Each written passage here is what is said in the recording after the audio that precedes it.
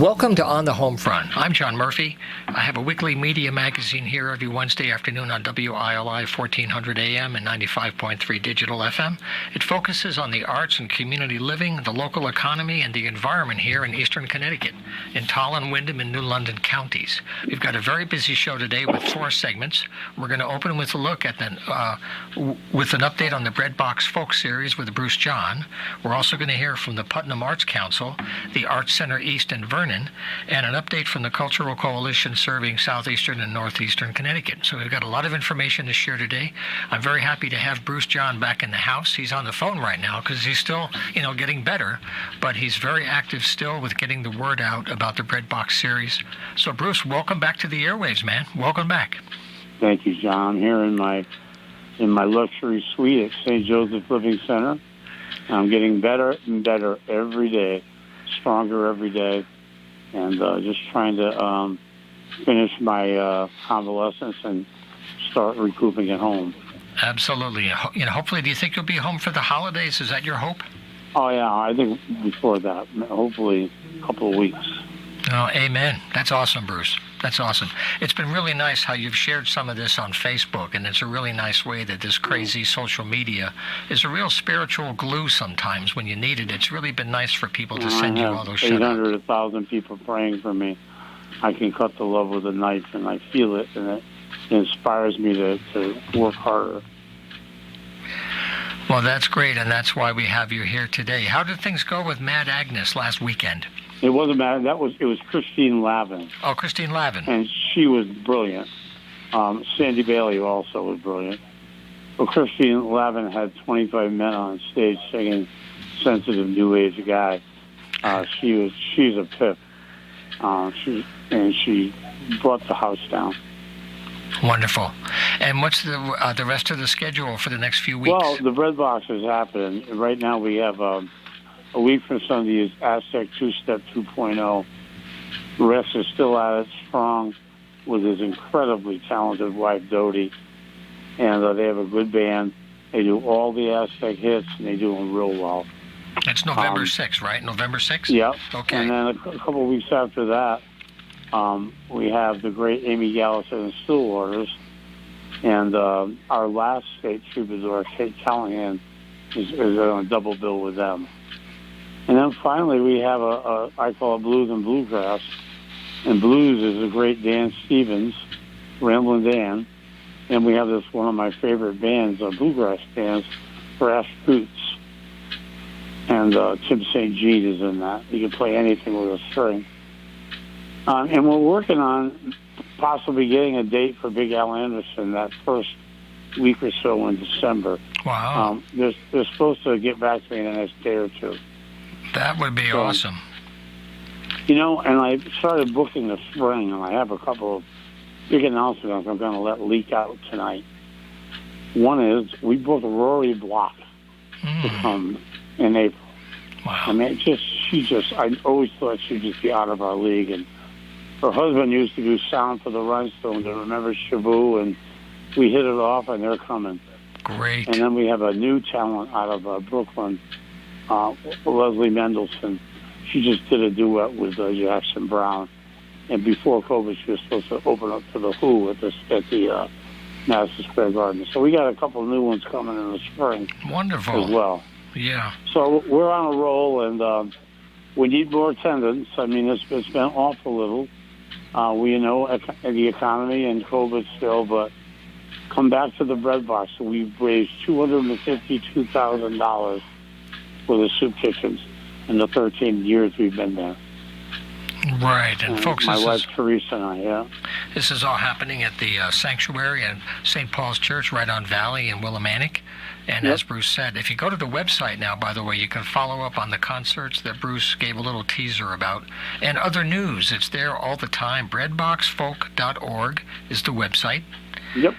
And, well, I'm going to let you go now, Bruce. But one last thing. Yes, please. We do the third Wednesday of every month, we do an artist showcase with our area great musicians and poets and such. And the third Wednesday of every month, it's always a special night. All right, John? Well, I'll tell you what, there's one last thing that I almost forgot about that I saw from Colin Rice. They're having a special benefit on Sunday, November 27th at the Elks Lodge here in town from 3 to 8 p.m., a big music event, and it's there to help raise some resources to help you with the recovery. Can you mention some of the friends you have coming to add their spirit to the day? Seat of Our Pants is going to open the show. We have the Patty Tewitt Band and the Wild Bill Project. Right. I'm so grateful for them for doing this. I've been out of work since August 5th. I'm going to be out of work probably till March. Wow. And, we all got to pay bills. Oh, yeah. So I appreciate this so much. But we have some special guests that day singing. David Lefty Foster is going to sing. Jim Bailey, the great Jim Bailey, and Jason Altieri is going to sing and then to top it all off, the MC for the day is Gary Pomo, the Poem, one of my favorite people on the planet. Wonderful. Well, we're going to be talking about that some more. That's about a month away, right. November 27th. We'll have you back for that, Bruce, but I wish you well every day, and I thank you for being with us today. I look forward to our next chat. Thank you, John. Bye-bye. Take care. Keep the faith. Don't have to say that to Bruce John about keeping the faith. Once again, the website for the Breadbox Folk is breadboxfolk.org. Well, you've just joined us here on the Homefront. We have a fairly new format for the show. We're going to have a segment now with David from the Putnam Arts Council. We have 4 segments for today. And what we're doing now is doing live radio here on the AM at 1400 AM and also 95.3 digital FM. The shows are videotaped, as you'll see right now. It's all live happening. We have video right here. David's going to join us here from the Putnam Arts Council. And the videos air locally on public access, a Spectrum Channel 192. The program's called On the Homefront. And also, WILI has a YouTube channel with a number of our daily shows available 24/7 on demand on YouTube. Just go to WILI Radio, and you'll find the shows. And we're trying to do this to help our guests find new ways to reach and connect to you all the time. So, David, welcome to the studio for your first visit. Thank you, John. Thanks for having me. Happy to have you on board today. I want to mention, too, the Putnam Arts Council. We've had Karen Osby here a few times in the past, but David Sullivan is a member of the board of Putnam Arts. So you're here to preview some of the events and talk about how things are doing up there in that part of the Quiet Corner. Yeah, we would love to kind of spread the word about what's happening up there in the Quiet Corner. You betcha. Try not to keep it so quiet and give out some of the events that are going on. Make some joyous noise. You got it. That's it. Yeah, and so over the past couple years, the Arts Council, we've been really trying to, up our engagement with our community. As a lot of us know, the COVID impacted the arts kind of as much as any industries in the United States. And so we're really trying to get that going. Recently, we've sponsored one of the MLK murals that Rise Up is doing around the States. That was painted by Amita Roller and went up on the Hale YMCA earlier this spring.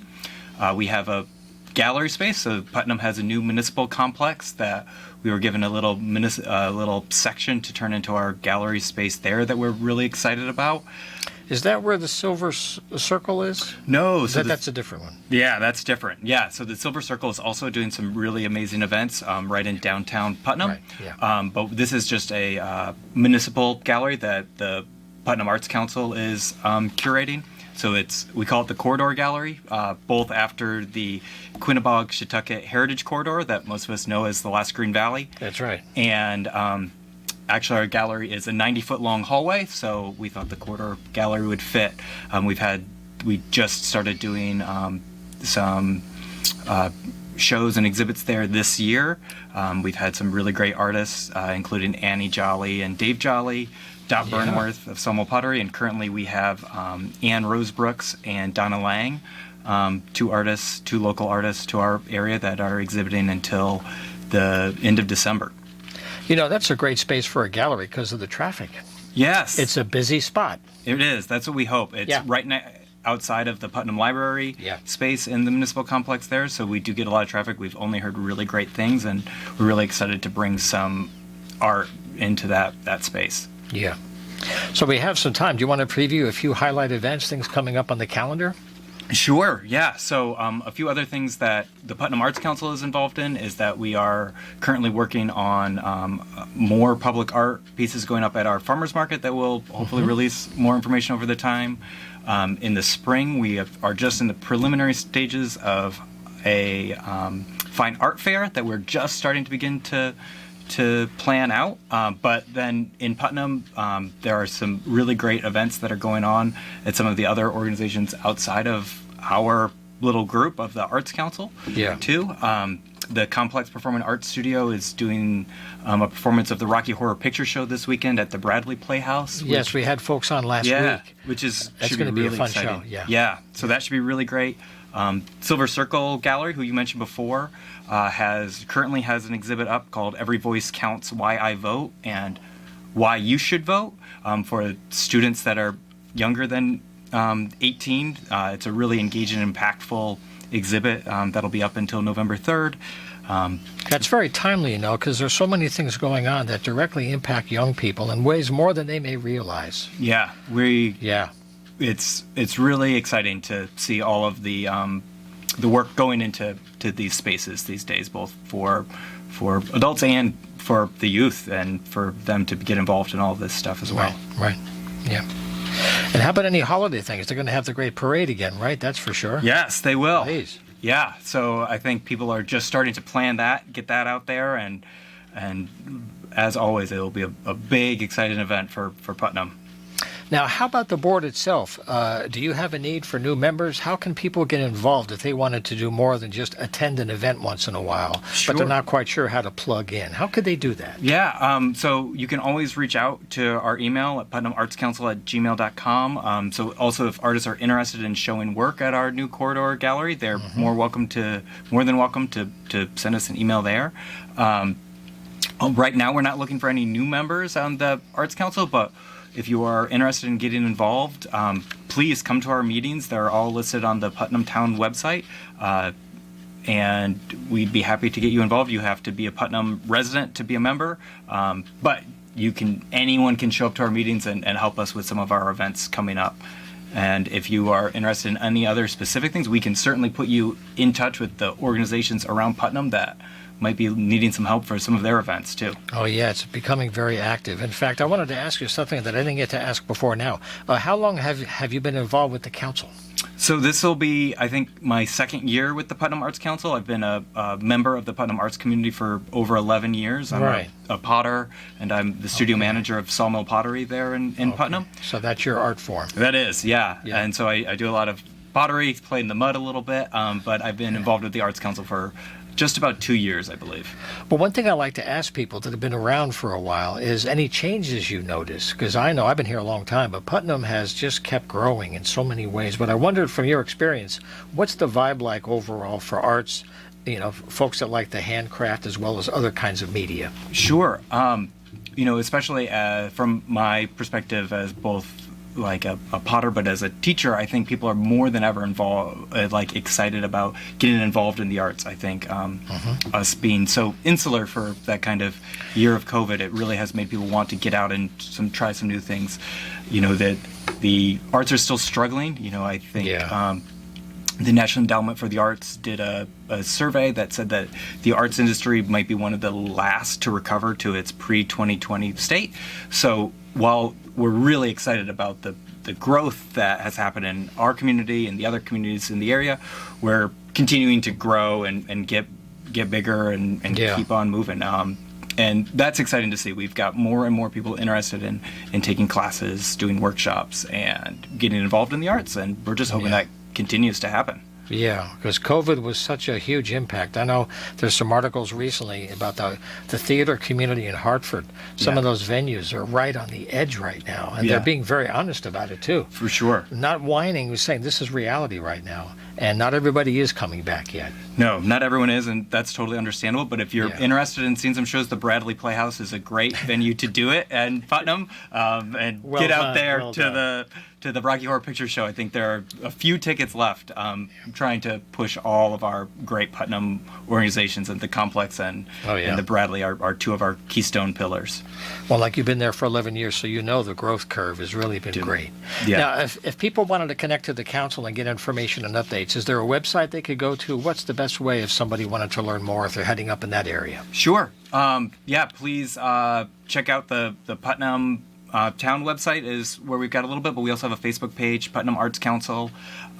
Be careful, there's a Putnam Arts Council in Putnam County, New York. We are the one in Putnam, Connecticut. But we are there. All of our events and the other events that are happening in Putnam, we post there. That's a great place to get in touch with us, as well as, like I said, our Gmail account, putnamartscouncil@gmail.com. All right. Well, that's a great way to follow up. I want to thank David Sullivan for being here today. He's a board member of the Putnam Arts Council. I wish you a great season ahead and the best of holidays, and we'll look forward to having you or Liz come back maybe closer to the end of the year to preview the next part of 23. Awesome. That'd be great. Thank you so much, John. Thank you, Dave. Take care. You as well. Okay, we're going to take a short break for a couple of messages. We have 2 more segments to go today with the Arts Center East from Vernon, and after this break, we'll take a look at the Cultural Coalition serving northeastern and southeastern Connecticut. Stay with us. Okay, we're back live on the Homefront today here on WILI, and we have half the program left. In a few minutes, we're going to hear from Liz Bologna at the Arts Center East. But right now, I'm very happy to share a phone call with Charlene Halcomb. She's the Northeast Coordinator working with the Cultural Coalition serving southeastern and northeastern Connecticut.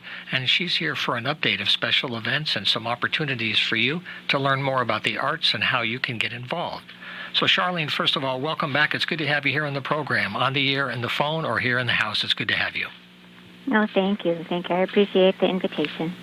So maybe for people still learning about the mission of the coalition, which is a pretty large scale of support in different ways for the arts in all forms. Well, the mission of the coalition is to improve the economy, vitality, and quality of life in eastern Connecticut. The coalition started out in southeastern Connecticut, but recently they've spread into the north. They are, for both the southeastern region and the northeastern region, they are the designated regional service organization for the Connecticut State of the Arts. And you had mentioned that you have some events coming up. There's one local in our region at Mansfield, but there are periodic special gatherings in person or online, and you wanted to mention a few of them right now here at the end of October. Yep, well, we are planning for our one in November. It's going to be early November 9th, and that is going to be an in-person roundtable in Mansfield. We thank our Mansfield Downtown Partnership for hosting us, but we are excited to get in there. We did one recently up in Putnam, and it was just a wonderful experience to be able to see everyone again after being on screen for so long. We will continue to do the virtual sessions also, just because we can reach so many more people if we do it that way. But sure. That's true. It really is great to get all the energy into one room and really have face-to-face conversation. And so that will be again on November 9th at 11 a.m. and we will be sending out some information soon. So stay tuned for that. Well, let me ask you too, since you had a meeting recently, we had somebody on the program before you from the Putnam Arts Council. Were there any particular takeaways or things that you learned from the Putnam gathering that you could share right now? Anything that you observed? I thought personally that was just a wonderful example of the creative community coming together and the municipal leadership coming. We had for-profit businesses, we had nonprofit, we had individual artists coming, and nice. it was a time for all sectors to come together and really talk about, how they've been impacted in the past, how, I think in Putnam specifically, they're a distressed municipality, and how is COVID funding coming, how are they impacted, and just how can everyone band together to really move forward with a strong relationship between all 3-4 areas in unison. And I think they're doing a great job up there. We continue to work with and meet with them, and the Putnam Arts Council has been very gracious. And, I believe Wendy was able to go to one of their meetings and talk. So it's I'm excited about the work that's being done up there, and yep. I'm hoping to see the same here in Mansfield. We're just town by town. We're trying to get out there and really build those bridges and help facilitate communication and discussion. And so, if you want your town, if you want us to come, reach out and we will do what we can. There's a lot of need up here, and we want to really give a voice to the region that maybe hasn't been there or has been quiet. We are called the Quiet Corner, but sometimes I think we need to get a little bit loud. We know that's very true. And I know from some of the programs that the coalition has offered in the last year, when people that work with grants do some analysis, they found that this part of the state doesn't usually generate an overload of applications. And they're encouraging people out here to do more, to think things through, to grow. And that's kind of why you're doing more work, too. This radio show is trying to help people connect to these resources as well, because there is a lot of potential, but it needs attention, right? Oh, absolutely. Yes, it was identified that people in this region were not applying, and so over the past year and a half, we've been trying to find out where's the breakdown in communication. Is it just that the information is not getting out there, it's not reaching people? Do people assume that they're not eligible? Do they need help? Maybe we do have a lot of volunteer resources, and they just don't have the staff to be able to put together a grant application, because they can be a little bit daunting if you don't know what you're doing. So being able to help put some, we do have the funding booster program, so people are able to connect with us and we can help them put their grant applications together. And I think personally, this is not very scientific, but I believe it's working. I know that we've had some people get grants that haven't gotten them before, and the Connecticut Office of the Arts just closed an artist fellowship program, and that is funding for individual artists. And that's something that is, I hear a lot, like, what can I do as an individual artist? All the grants are for businesses, and I don't qualify. Here's a program that you can apply for, and it's like general operating expenses for an artist, for your work, for your studio. That's right. And I think that I don't know numbers, but just word of mouth and kind of hearing things through the grapevine, I think that we have gotten more applications in this time around. I don't know for certain. I don't get that kind of information, but again, just talking to people and talking to my members and the contacts that I have, they're applying. They've never applied before. They didn't even know it existed, and they're applying. So, we really want to highlight to the people out here that these programs do exist. Because when people don't apply, then it's hard for those kind of programs to continue. So we want them to continue, and we want them to grow. So the more we can apply, even if we're not successful first time, second time, let's keep going. Keep trying. Let's keep going. Mm-hmm. Now, I want to ask one quick thing, too. Sure. You have an economic impacts kind of a study underway, but I want to mention that people can sign up for a newsletter with the coalition through Charlene, and you can get regular updates to give you advance notice of these things in case you miss them. Can you mention the best way people can sign up and get this newsletter so they can stay up to date? Absolutely. If they go to our website, which is CultureSect, it's culturesect.org, and they can sign up for the newsletter there. If they look at the towns who we serve, they'll see both the northeastern region and the southeastern region. Right. And if they sign up as a member, it is a separate sign up. As a northeastern resident business, if you work or live or play in the northeastern region, go ahead and sign up, and then that will allow me to contact you with the Northeast-specific content. Right. It's a great resource, folks. You should definitely stay in touch with Charlene. So maybe before you say goodbye, Charlene, you could talk about this economic impacts, a survey that's underway to help deal with the arts economy. Sure. It's the Arts and Economic Prosperity 6 is what they're calling it. And I believe about every 5 years, this American for the Arts comes out, and they do this study, just a comprehensive study to see what kind of money is going into what are the arts bringing to the communities, like where, and municipality, not just the communities, but the governments also, and what kind of impact do we have? The arts drive commerce to local businesses. They bring tourists in. They are employers. Even the nonprofits, they are businesses. People come to see them, to see what they offer. They stay at the hotels. So what's unique about this one, I believe the Southeastern region participated in this survey the last time it started, and they got some great data on that. But the Northeast at that time did not. It was a little quiet, Right. Exactly. So there hasn't been a national study done up here in this way. And so this is the first time that we're able to participate. And so it's just, if we reach out to you and say, hey, can you help us get these surveys in, it's so that we can get on the map nationally to get these numbers to show just how much of an impact that the arts and cultural entities have.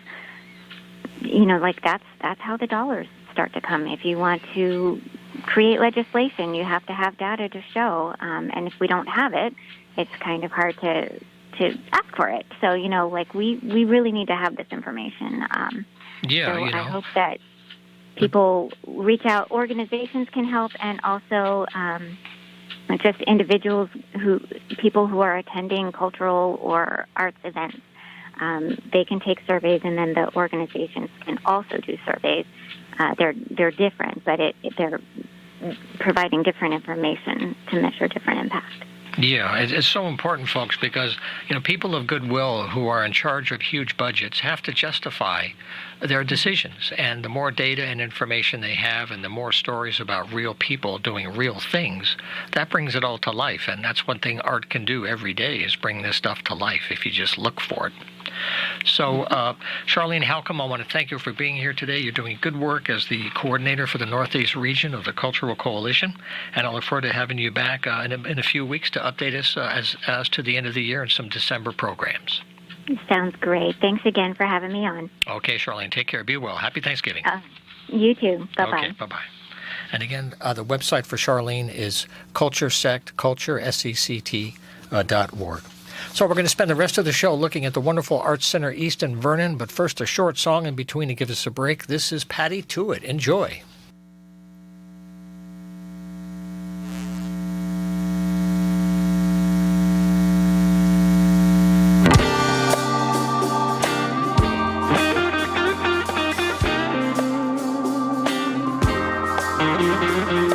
There you go, walking away again.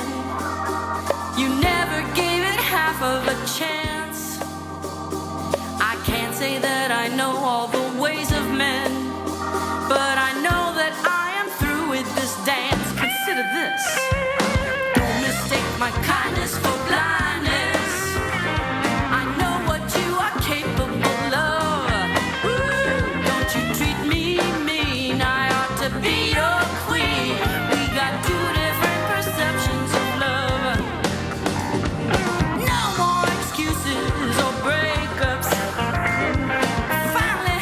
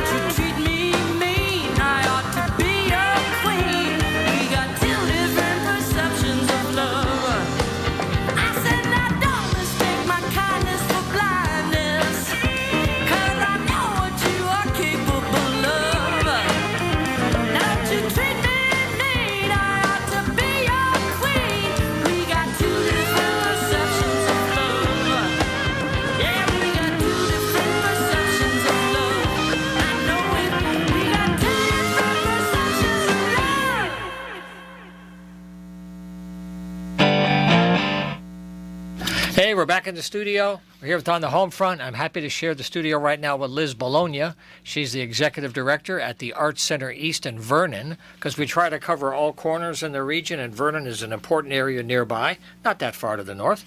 And welcome back to the studio, Liz. Thanks so much, John. It's good to be here. So we have a lot to cover. The website, folks, is loaded with information, so anything that Liz is going to share, it's on the website. You can follow the calendar. But you wanted to share a few highlights Yes. to remind people, so let's get over some of those things right away. So the big one is this weekend is the opening weekend for our theater company, Dionysus Theater Company. Yep. They're doing a show, Papermaker by Monica Wood. We are super excited. I have been hearing lots of construction going on downstairs over the last few weeks because Working on the set? Oh boy. Over the course of this show, the main character builds an ark in his backyard.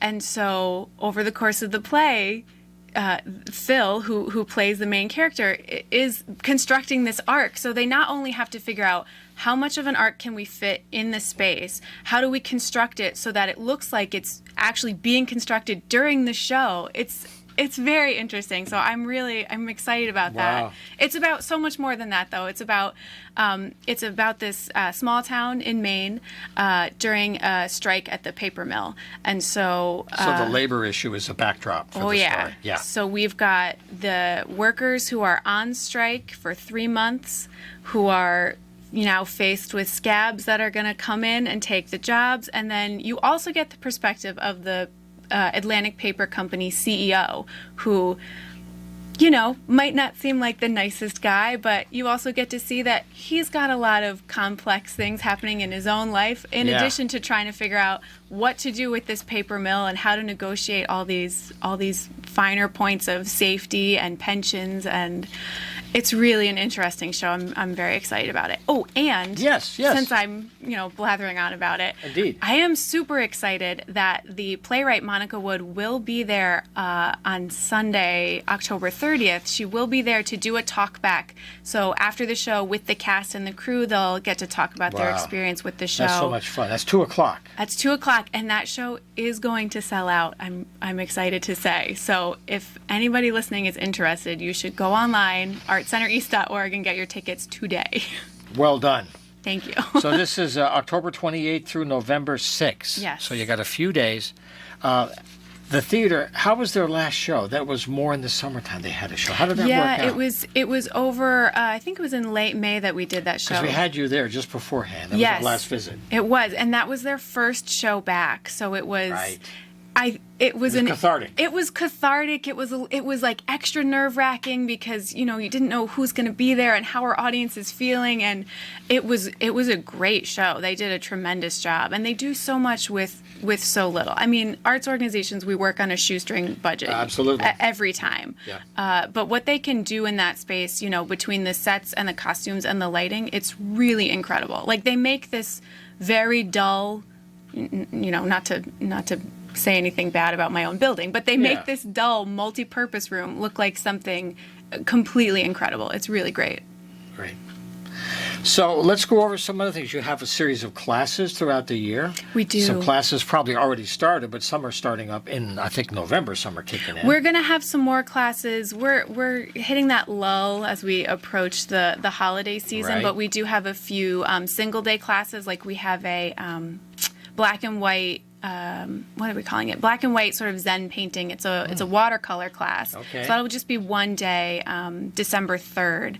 And that's a nice one because it's a good introduction to watercolor. She'll go over, basic sort of brush strokes. There's a little bit of calligraphy involved. But you get to take home sort of a final piece when you go. Sure.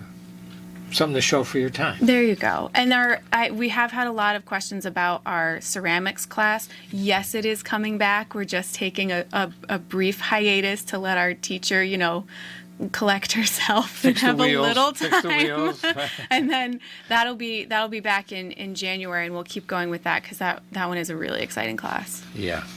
That's a very popular topic these days. People like tactile. Oh, getting into very it. much It's so. big. Yeah, Even here. it's really interesting now that more people are taking up art classes because I don't know. I guess we really do want to be making more things. I think we spent, so long on our computers and on our phones that now it's like we need something a little more real. Something's coming out that people need to express. Mm-hmm. Now, I want to mention that if you're a photographer, there's a call for artists for a show beginning in December. So you want to mention how the Shutterbugs can get in there and what that's going to be about? Oh, sure. Yeah. If you go on our website, you'll find there under the exhibits tab, you'll see the way to enter is basically all you have to do is submit your work online now, which I know some artists like, some artists don't. It's always Are they nervous interesting. about, I guess, confidentiality or kind of controlling their picture kind of thing? Typically, the issue that artists have with these online submissions is more so with painters because they have to take a photo of their finished painting, Sure. and sometimes the color's a little different, or they don't think it's quite as sharp as it needs to be. That's true. The lens. There's always, or if it's behind glass and you get a glare, I mean, there's all kinds of things that happen. But the good news is that, the jurors that we have that we select to make the selections for the exhibit, they're aware of these things. They're also artists. They're working in the same situations.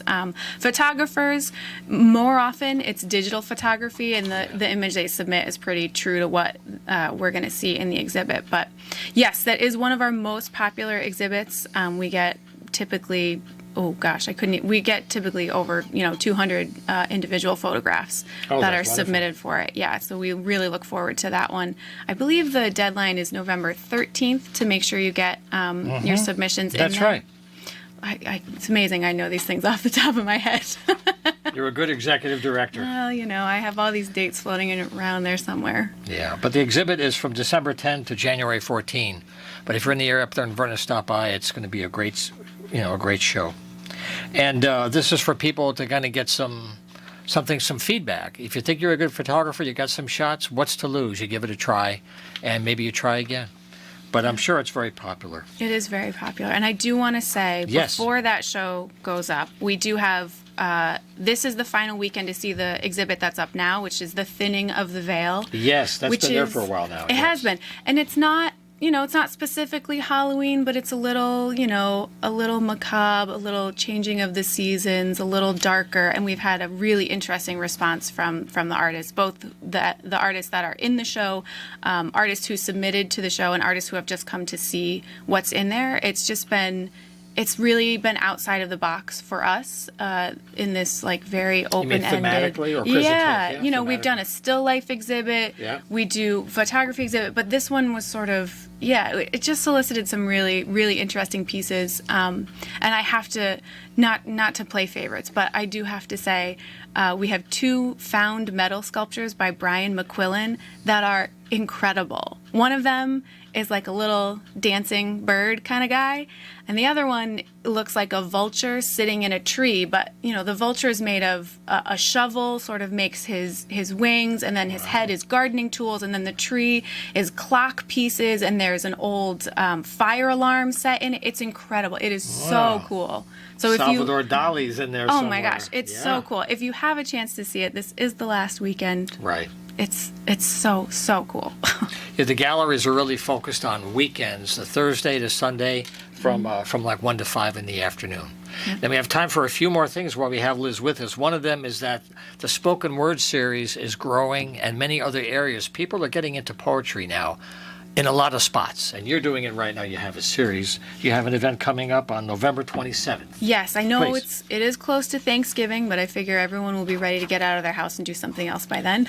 It's a big weekend, so it's good. Yes, so we have... It's 3:00. Yes, and we have Matthew Borelli coming in. He's actually written a few poetry books, but this one is called A Journey of a Poet and His Muse.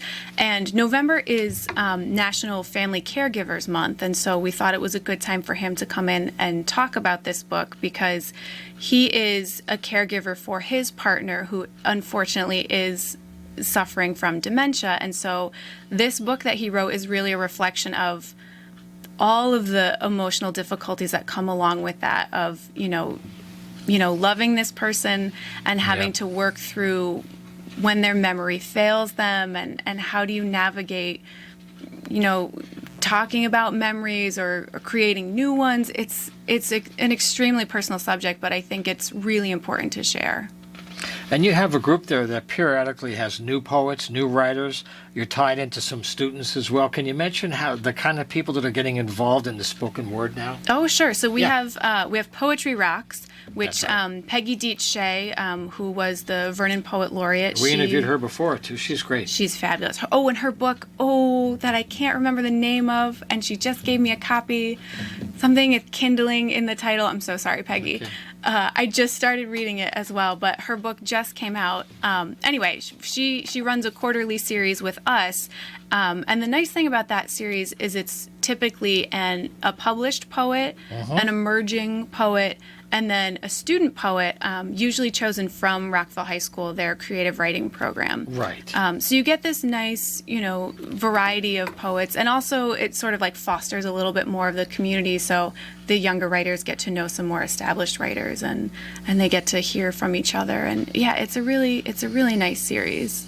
That's one of those things about exposing young students to art early in life. It can define a life path. It can help trigger thoughts they might not otherwise have. Truly. Or it could lead to other areas, other art forms. Well, maybe your form isn't this you thought it was. We'll try something else. Yeah. Just like a different musical instrument. Yeah, sure. Right? You never know. And, you may not become a professional poet in your life, but I don't know, maybe you have to become a speechwriter and that'll come in handy later. You never know. And there are networks out there of writers, and they do their own work collectively. They have groups that are for support for writers, just like for songwriters, the same kind of thing. So one thing also to get involved, if you want to do more than attend these great events or go to a show and enjoy it, and you want to contribute some energy to help the community of arts grow a little bit, there's lots of things you can do that you may not think make a difference, but she'll tell you that it makes a big difference. Can you talk about the kind of things volunteers can do behind the scenes to help this whole thing grow? Yeah, absolutely. Yes. So the on the easier side is, gallery sitting. It's low stress. You hand out some programs, you welcome people, and you get to stay in the gallery and sort of hang out there. Let's keep an eye on it. Yeah, And then when we have craft fairs, there's a little more involved when we're doing, sales, credit card sales, writing receipts, checking people out, boxing, all that kind of more retail and much more fast paced, I would say, kind of tasks. Yeah. And watching the money, yes, which makes some people nervous. But if you're not good with money, we have other things for you to do. That's right. Of course. Oftentimes we need like landscaping help, which you may not think about, but is something that we're happy to have help with. If you're an organizational person and you want to help me tackle our closets or tackle our attic, boy, oh boy, would I love your help. It's real stuff. It really is. There are sort of these little things that help run day to day, but that sometimes our, small staff can't always take care of, so that's when volunteers become really, really helpful. It may not seem like a glamorous part of volunteering, but it is so helpful. Well, I've been a volunteer on many groups over the years, and that quiet stuff is how things happen. When your budget is tight, those people make a huge difference. They really do, yeah. So anyway, the website is artscentereast.org. You can find out all the information that Liz has been talking about, ways to get involved. And one last thing we haven't touched on is a crafts fair. It's coming up on November 10th. Couple weeks away. Yes. That's a good opportunity. Lots of cultural family celebrations coming down now. Yep. What are your hopes for the fair this year? Oh my gosh, my hopes for the fair is that everybody comes. Okay. Honestly, I'm happy to, of course we want to make a lot of sales because 70 to 80% of the sales go directly to the artists. We are not making a huge cut on this. Our goal is really to showcase the artists and give them a chance to grow their own businesses. But just come in the doors. I just want people to be in the building, see what we have to offer, and not everything will cost you money. There's going to be some raffle items. We'll have some, refreshments. It'll be really just a nice time. And it's a good way to start off the holiday season. We get in there early before the holiday fair season really starts to get going. So November 10th. Move. Yep. Yeah. We're going to kick off the season. 709 Hartford Turnpike is the actual address for Arts Center East.